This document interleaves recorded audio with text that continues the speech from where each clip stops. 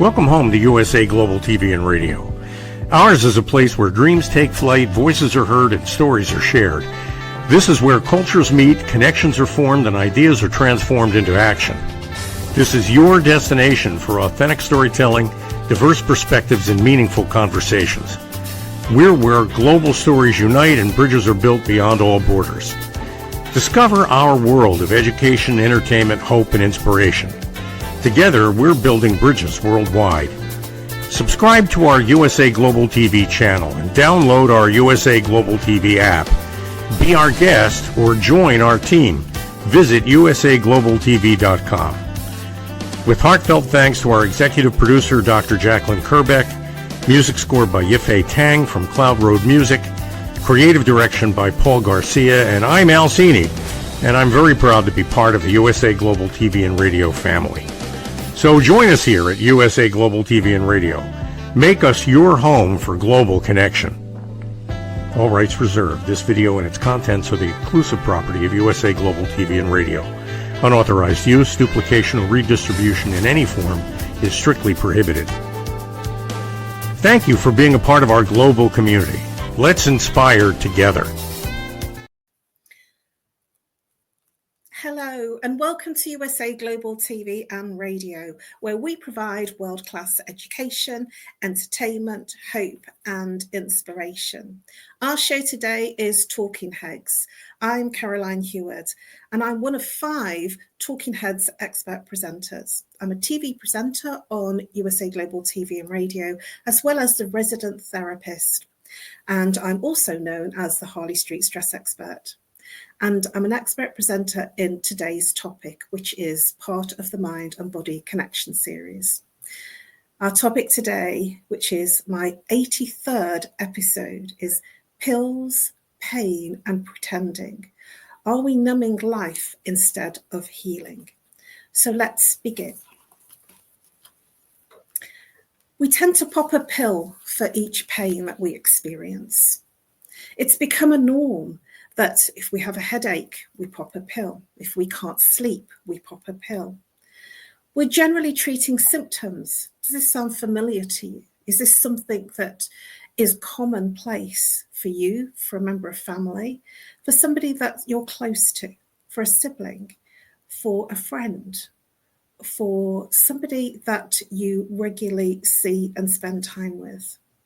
It seems to be, especially in the Western world and Western society, our norm. We seem to be treating symptoms and ignoring the root cause. So if we have a skin problem, we're taking a cream. If we have a pain, we're using oils and rubs and painkillers to deaden the pain.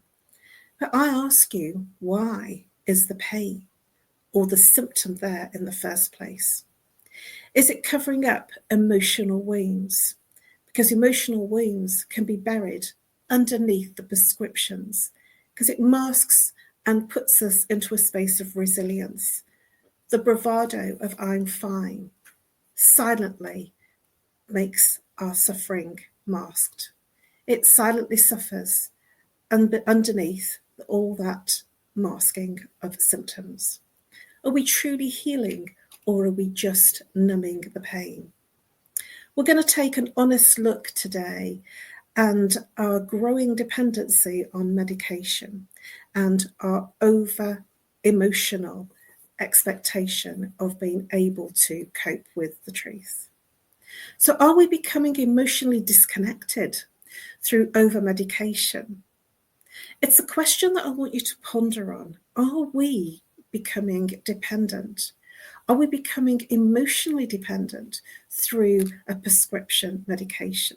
And there is so many under prescription that we can get. I'm surprised at how many people I speak to that are under prescribed medication for anxiety, for stress, for depression. Even people as young as in their teen years, 14, 15 and 16. When I was growing up at that sort of age, I thought that that was something that the older people took. I had no idea that it would change and our younger generations take these prescribed medications. We tend to pop a pill for every emotion. I want you to just sit with that. If we're feeling hurt, feeling anxious, we reach out to the bottle and pop a pill. So we are going to explore the emotional pain that's unresolved. We're going to explore the trauma, the grief, the burnout, the anxiety. We live in a pill for everything culture, but not everything needs a pill. And that's my quote. Not everything needs a pill. I'm not saying don't take prescribed medication, and I'm not saying don't see your doctor to find out what's wrong. What I'm saying is, once you know what's wrong, to have an understanding of perhaps where it's come from, and to look at dealing with why. Why is it that the pain becomes the pain? How has grief and loss and trauma become the most medicated rather than processed symptom? We have a cultural shift in our society of convenience, which suppresses our emotions over healing. Are we fearing vulnerability instead of healing? What I will say is that in our Western culture and our Western society, we have an expectation. We certainly, in our working environment, have expectations where we should keep calm and carry on. I don't know when that phrase came into existence in terms of when I started to regularly use it. I know it was a wartime phrase, keep calm and carry on no matter what is happening. But keep calm and carry on, and somebody has just died, somebody that's close to you, or you've suffered a family loss in terms of a breakdown within the family. You've suffered illness within the family where the person has mental health issues or is dependent on you for health reasons. These are things that have an emotional playbook. But what we are doing in our Western society is pushing down the emotions and feelings. And in our cultural society, there is an expectation, whatever happens, that you should keep calm and carry on. It is a convenience to keep calm and carry on so that you don't have to deal with the emotions and feelings. And there is a fear for many people, especially in the Western culture, particularly of looking and feeling vulnerable.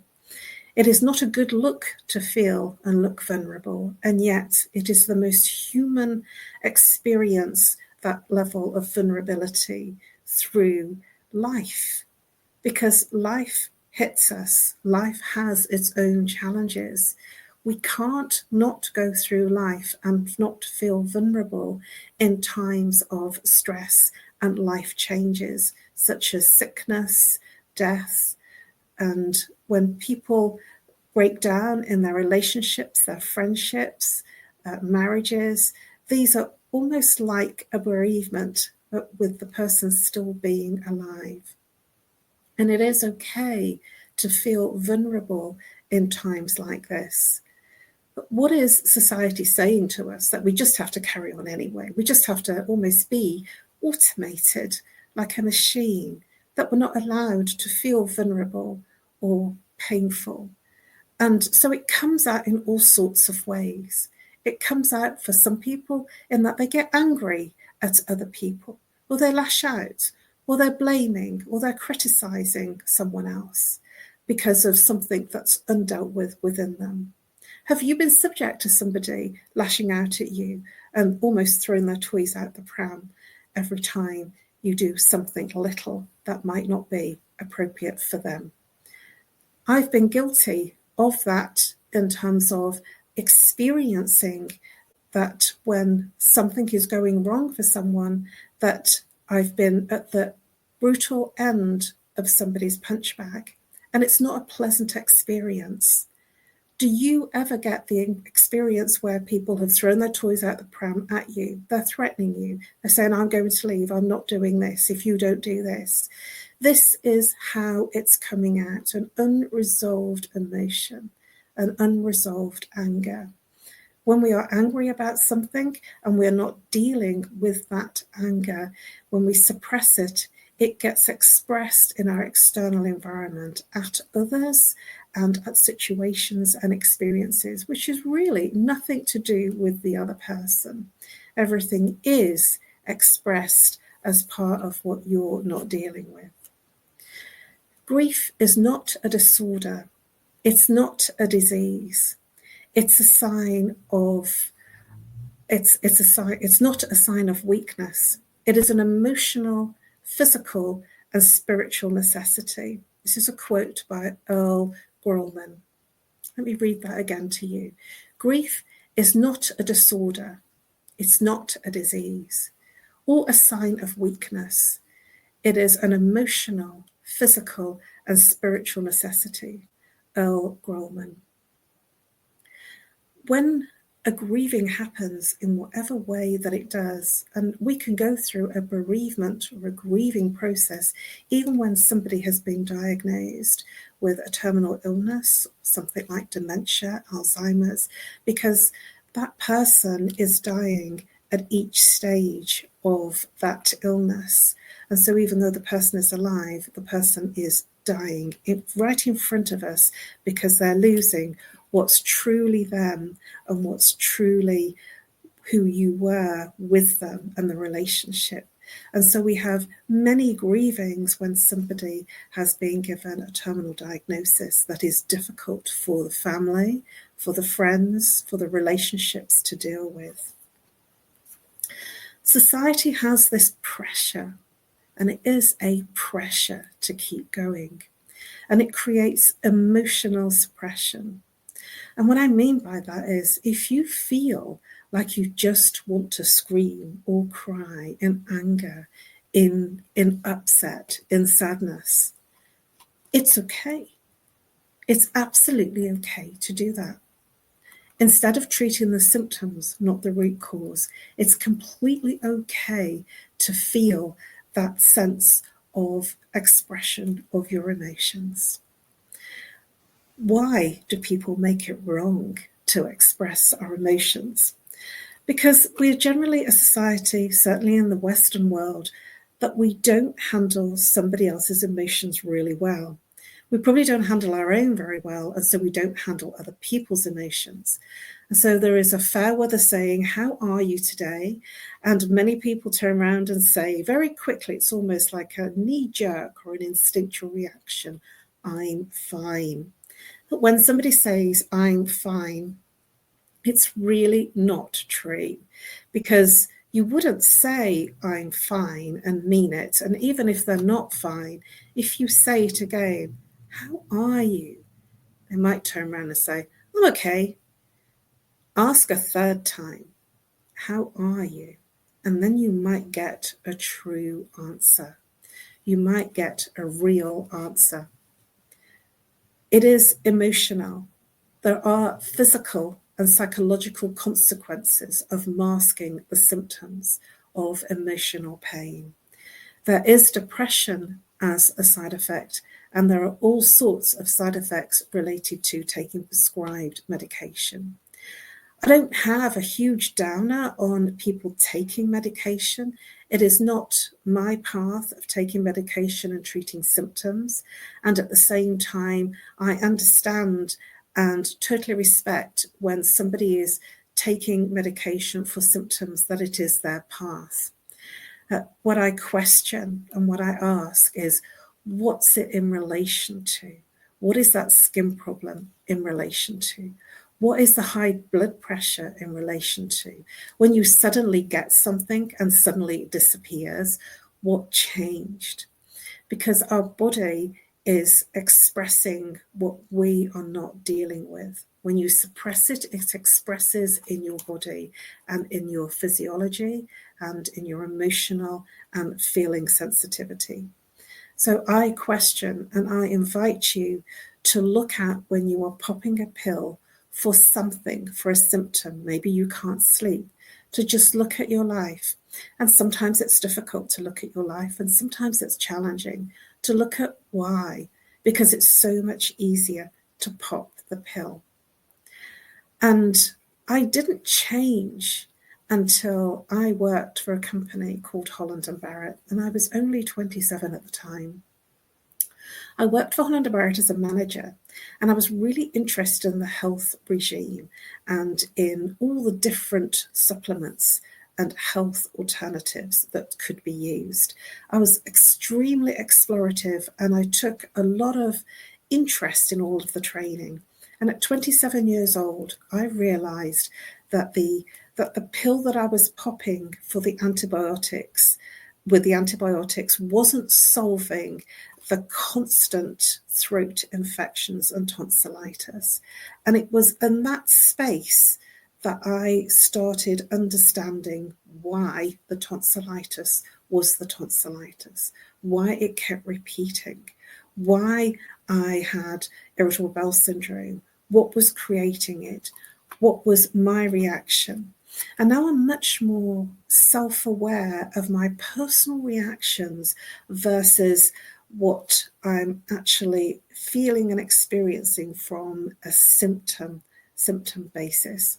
And so when I feel angry, I notice different things that flare up if I don't express the emotion. And I'm not suggesting that you get angry at someone, because that emotion is yours to handle, that is yours to experience and yours to feel. And it's perfectly natural, anger is perfectly natural for you to experience as a response to things that are happening in your life. We can't control everything. And the things that we tend to get angry about are things that we can't control. So my invitation to you is to feel okay to not be okay, and to feel okay to express any emotion that you feel. Do it privately. It might be in a letter. It might be that you find someone that you feel comfortable to talk to, that can be a confidant, that will allow you to speak openly without fear of you feeling vulnerable or judgment. So let's look at why pharmaceutical products are being used as a quick and a deeper emotional path. It's because when we take the pill, it deals with the symptom, but at the same time, what else is happening? Do you sense a level of loss of identity? I know that many people that take antidepressants, one of the experiences that they feel is a numbness of anything, a numbness of pleasure, of pain, of desire, of anything, of comfort, of feeling of sadness, a feeling of pleasure. There is a numbness of everything. And one of the things that happens is that the person moves into a place of living in autopilot, going through the motions without the emotion, as if you're watching a movie and you're the main movie star, but you're watching yourself in that movie rather than being partly in that experience. So it's a detached state of living and being. There is a sheer emotional disconnection with everything, with life, with experiences, even with food. Now, food is something that I want to just mention here, because there will be a lack of taste and a lack of sensitivity of experiencing the pleasure of food. Now, the sensory of taste is in the second chakra, which is where the feelings and emotions are stored, and that's also where the sexual energy is stored. And so when we numb down the emotions and feelings, or numb down the fact that we don't feel that it's okay to be emotional or to feel emotions or pleasure or pain, what happens is when we numb that down, we numb our taste buds down, because the sensory for the second chakra, which is called the sacral energy, is taste. Your taste and your zest for life, your pleasure, your spontaneity, your childlikeness to move through things. And when you have lost that, laughter is difficult. Fun is challenging. It's almost like you force yourself to do things without really feeling the pleasure that you desire to feel, that other people feel, that you want to feel. I have many people that say to me, I just feel there's something missing in life. I feel that there's something not working. I feel that I'm just living, but not experiencing life, and it doesn't feel good. And when they reach that point of there must be something more, and that's the point usually when they've suffered for decades, there must be something more. There must be a better way to live. When you were born with no mind. And when we suppress the emotions and feelings, because life and things happen, the escape route is the mind. And so when we shut off our experiences from a sensory and a feeling space, and when we shut off our sensories from feeling and experiencing, then we are living in a disconnected way and on autopilot. And that has an impact on our relationships, whether it's an intimate relationship, whether it's a friendship, whether it's a relationship with family, siblings, parents. We will feel a disconnection generally in life. And even when we're with groups of people, they will feel still a disconnection. It's like watching a movie play out in front of you, and you're seeing everybody else having fun and it's all good, but it's almost like you don't feel it. And that takes a huge toll on the body, emotionally, physically, and mentally. Because if you're pushing yourself through each day and not experiencing how you were meant to experience life, that creates a huge toll. And that also takes you out of who you were supposed to be and how you were supposed to live and how you were supposed to experience life. Remember the analogy of the newborn baby. Everybody will goo and gar at a newborn baby because there is no mind, there is no working something out or pushing through something. There is only a sensory experience of pleasure. That's all there is. Yes, there is no mind. And if they smell chocolate, they want it. Doesn't matter what time, they won't analyze it. So I invite you to get back to who you were born to be rather than who you think you should be. Yes, there are times and there are moments where you have to get the job done, not to the demise of being able to express and to feel what feels rightfully okay for you to feel when there is a challenge within your life. So how can we recognize the signs of dependency and both with emotional and chemical? So for some people, there may be an overzealous of emotions, and there might be an overzealous reaction to taking pharmaceutical medication. Notice when you do reach out to pop a pill, what's actually going on in your life. So let's look at beyond the intervention of medication. Let's look at other things that you could look at instead of popping the pill. Talk therapy. That's something that I have done for 25 years. And I started looking at different ways of treating myself when I lost my father. And I was diagnosed as clinically depressed after he died. It was 6 months later. And it was quite a shock to me to have that diagnosis. And the first thing that I was offered was antidepressants. And that frightened me that it was offered so easily and so simply. And that was back in 2000. So we've come a long way since then, and much has changed. And there is much more emphasis on writing a prescription from the doctor's perspective for depression. Being clinically diagnosed is something that many people wear as a label.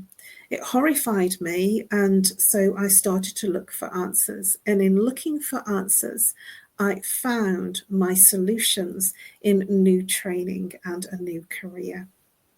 And part of that training was to look at all types of alternative complementary therapy. At that time, it was called alternative therapy, but complementary therapy, to enable me to process what I hadn't processed when my father died. And what it also did was it enabled me to process things that I hadn't processed when I was a child, and through all the different life changes and challenges that I had experienced. And so talk therapy I found incredibly helpful, not from the perspective of just saying everything that I needed to say for an hour, but in the talk therapy training that I did, I actually trained in chakra psychology and human behavior. And so it was about how the mind and body connects and what happens to the person physically, emotionally, spiritually, behaviorally when there's an imbalance. And the imbalance is the symptom. So depression, even though many people can't see it and they can't touch it, it's something that we experience. It's like back pain. It's something that you can't see and can't really touch on another person, but the person who suffers with it suffers in extraordinary pain. Talk therapy in terms of identifying the root cause. That's what I'm talking about. For some people, it's really comfortable for them to sit in front of a practitioner and say everything that's wrong for an hour and they feel better. And that's the first part, awareness. We have to do the awareness to understand what's going on. One of the things that the natural and the normal medical route of talk therapy, it doesn't have the what to do about it, the solutions. It brings everything up and gives you awareness, and it gives you understanding of what the problems are. Many medical and normal route therapies don't give you solutions. And so the training that I've done is solution providing. You tell me you have neck pain, I will identify the root cause of the neck pain. You tell me how you have depression, I will identify the root cause of your depression. It might be something that happened 5 years ago, 5 months ago, 10 years ago, 20 years ago. It doesn't matter. It's about identifying why. And some people might have felt that way for a very long time. And if you felt like that for a very long time, that you've just kind of brushed yourself down and got on with things, there is an answer beyond popping a pill. There is an answer beyond just keeping calm and carrying on. There is an answer beyond popping the pill and not dealing with the internal trauma. Also, energy healing is another, and that's part of the work that I do in terms of talking through, but at the same time, it's more about giving solutions. So I would say that it was more mentoring, solution providing, talk therapy, mentoring, so that the person has understanding, insight, awareness, and therefore that begins a natural process of healing. Emotional processing is key to this. It might be that something happened so long ago it's not relevant to your life right now. And if it's not relevant to your life, then there is very little emotional processing for you to do. But that doesn't forgive the times that, even though it might be a long time ago, that you never actually handled the trauma in terms of the emotions and the undealt with feelings. It's important to have a safe space to express openly how you feel and what's coming up for you. It is important to feel that it's okay to be in a space of creative healing. To be in that space of creative healing, whatever it is, whether it's print therapy, whether it's craft therapy, whether it's color therapy. There is many different types of art type therapies where you're playing with clay or playing with other colours or drawings. And it's integral to work with some of those therapies for some people, because many of us are able to get through and past what we're feeling and experiencing by using different types of creative therapies, such as art therapy. And these types of creative therapies are really good for children in terms of releasing any emotion that they feel, because they draw what they're not feeling that they can express. It's important to have support systems in place, however you find them, whether it's in groups, support groups, whether it's in a family setting, or whether it's in a place where you have a confidant, a friend, or a therapist, where it's somewhere that you feel safe to express without being judged. If you are looking for some solutions, and if you are looking for some insights from the other person, that it's safe to ask, even though you don't have to take on what that person has been saying. You can listen and take on board what feels right for you, but not feel that it's necessary to take on everything that they say. So having open conversations is critical, especially when you have experiences of pain, loss, and emotion. Medications can silence symptoms, but they can't heal the soul. The dangers of presenting and pretending that everything is okay when it's clearly not. Sometimes the bravest thing that you can do is to stop pretending you're okay. So what does it mean to truly heal and feel healed again? Healing is not in a bottle. Let me say that again. Healing is not in a bottle. It's not a pill. It's not a potion or a lotion. It is facing the uncomfortable. It is allowing ourselves to heal. It is finding that safe space to process life's challenges, whatever they may be.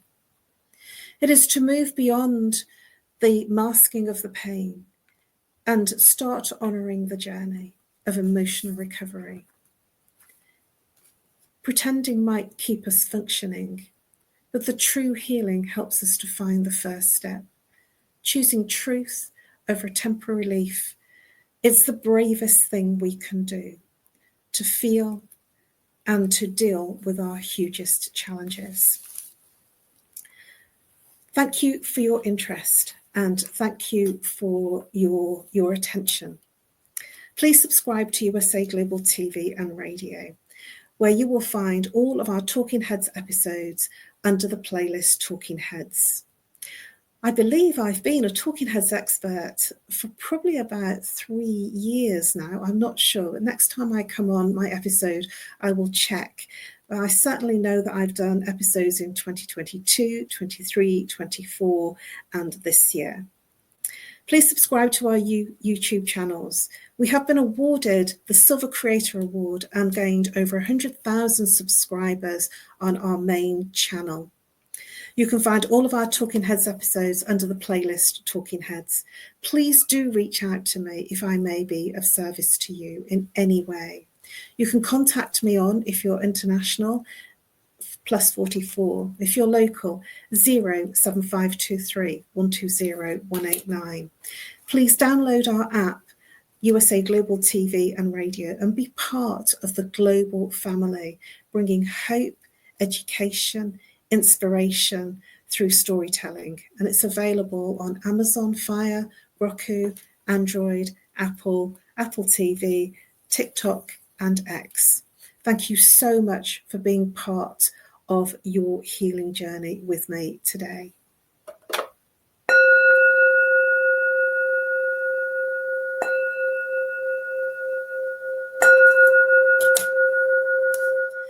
Namaste. USA Global TV and Radio proudly presents Steve Klein Art at steveklein.art. My name is Steve Klein, born Manchester, England, 1953. My quest in my lifetime is to create artwork from my soul and the deepness within my wildest dreams and fantasies. In 2012, my heart stopped when I was given too much anesthetic for a minor knee operation, and this near-death experience took me to another multidimensional world, an out-of-body experience, and I was given the gift of being blessed by an overwhelming, burning passion to become, for the very first time in my life, an artist with an eternal, passionate desire to bring my art, which I've named multidimensional, subliminal, freeform art, to the world, as only 3% recover from what I experienced, and now in my golden years want to release my cosmic, vital energy through my art to allow people to be a part of my cosmic dance. To learn more, email roccogoodwine@gmail.com. For VIP pricing, mention USA Global TV and Radio.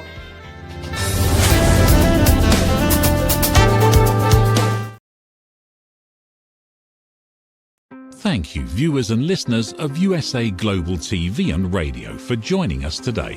We're honoured to have your time and attention as part of our global community.